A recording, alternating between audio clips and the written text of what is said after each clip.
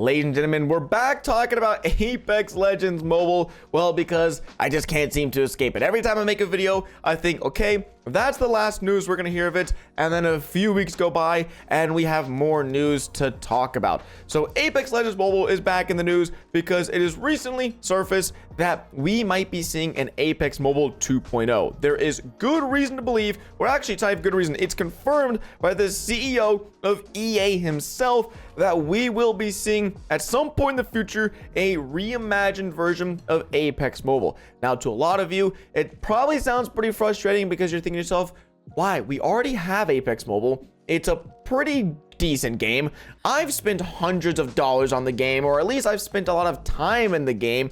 Why are we going to shut this one down and then move to a new version of the game when we already have one?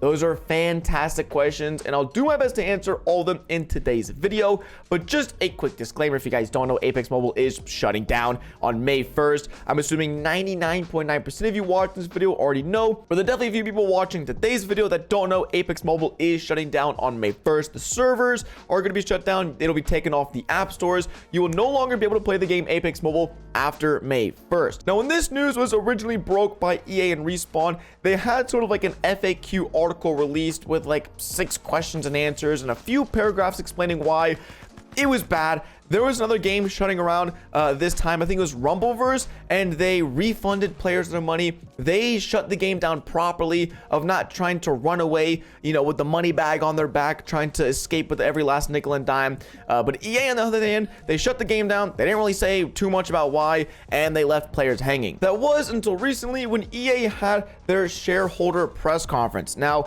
I have to give a little bit of an economic explanation about why this is possible and why this matters so much. But EA is a publicly traded company, meaning if you go on your phone and you have Robinhood or one of the stock apps, you can look up EA Electronic Arts and you will see their company. You can then buy stock, buy shares of their company, and you are now an investor in EA. I could be an EA investor if I wanted to, but I would never be in a million years. But you could do that if you want. Now, the reason this is a big deal is because a public and a private company are two very different things in the eyes of the United States government. If you're a private company, you can operate pretty much behind closed doors. You can do things as you see fit, and because you don't have shareholders to report to, then you just do what you want. As long as everyone in the company agrees on it, you can just kind of keep full steam aheading, and you don't have to explain your reasoning to the public. For example, Epic Games. Epic Games is a privately owned and operated company, meaning you'll never see a shareholders meeting report like we're about to see, or you're never going to get any public information like this unless they want to release it to you. But once again, because EA is a publicly traded company, the US government makes them operate a little bit differently by requiring to have quarterly shareholder meetings, where in these meetings, they sort of explain their reasonings behind some decisions in the last quarter, the last 3 months of the year. And so this is no different for EA. They had a shareholders meeting, and it was just days after they announced Apex Legends Mobile was shutting down. And in these shareholder meetings, the CEO of EA himself spoke on why they shut down Apex Mobile. We didn't even get so much of a hint really from the actual FAQ itself of why the game shut down. And then just a few days later, the CEO, the big dog of the multi-billion-dollar corporation, confirmed to the community why they decided to shut the game down and their plans moving forward. So in a call to investors from the CEO, Andrew Wilson, he indicated to investors that Apex Legends Mobile's biggest problem was that it didn't feel, quote, deeply connected to the broader franchise. Players of a mobile version of a big series want to either compete against their PC and console counterparts, or at least feel like progressing in one of the versions of the game benefits them in the other. Apex Legends Mobile didn't do that. The game was developed externally by Tencent's Lightning and Quantum Game Studio, ran its own seasons, and even has a slightly different roster compared to the console and PC version of Apex Legends.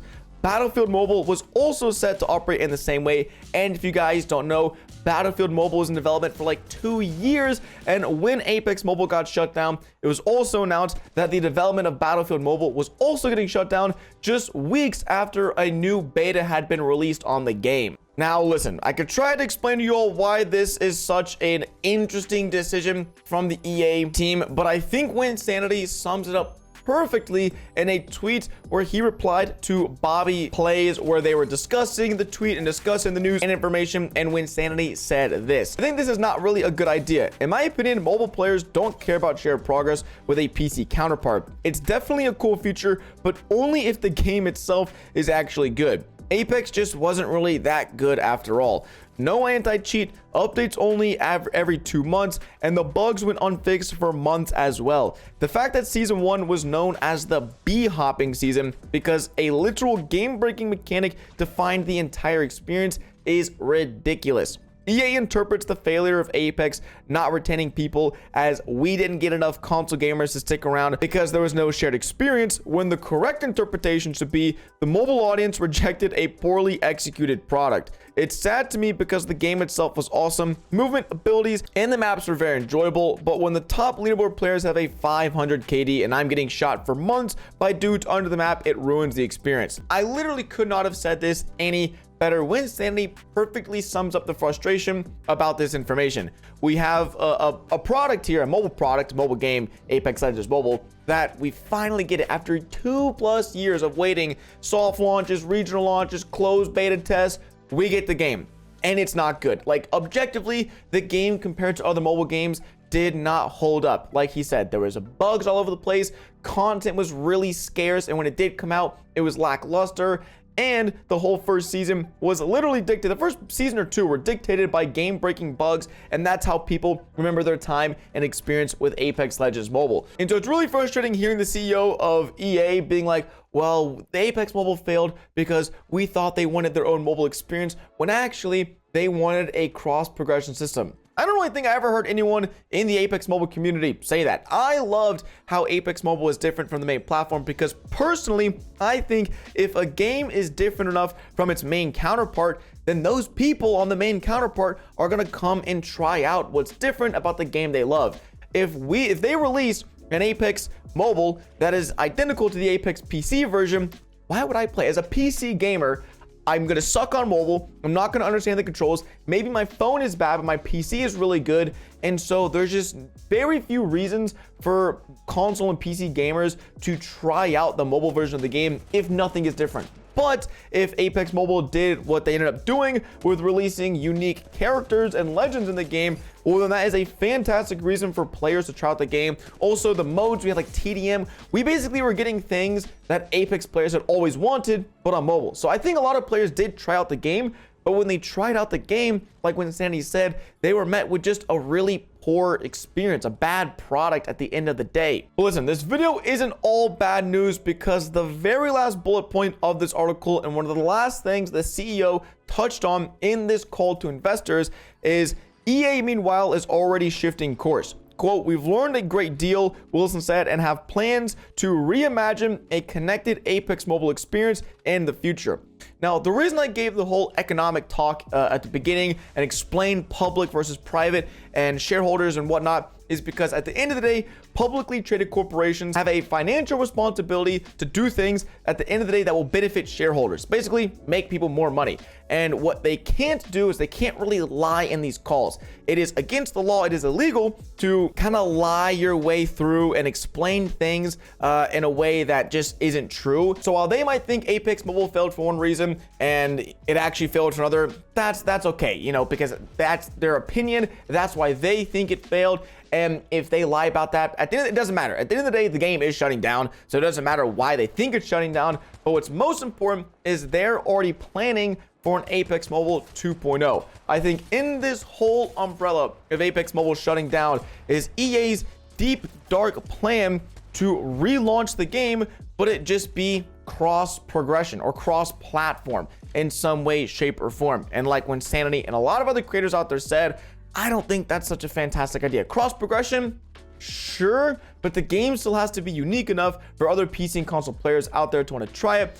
And with how poorly they have executed this shutdown of the game, with them not handing out refunds, with them pretty much half-assed just handing out the last season of the game, it really is going to leave a bad taste in people's mouth if and when EA release Apex Mobile 2.0 at some point in the future. I know myself, I'm going to be incredibly skeptical of any Apex Mobile product that is ever released again, and I'm assuming many of you all watching this video are going to be as well. It is going to be very hard to not only put our trust, but our money into a game that might shut down again. And so while I don't have a release date or any sort of information to go off of, this might never happen. They said they have plans to do this. This also could just be them trying to save their butts because they know how poor of a shutdown this was, and it'll give Apex Mobile players just a little bit of hopium or copium that we'll be able to play Apex Mobile on our mobile devices at some point in the future. This really just shows EA's true colors,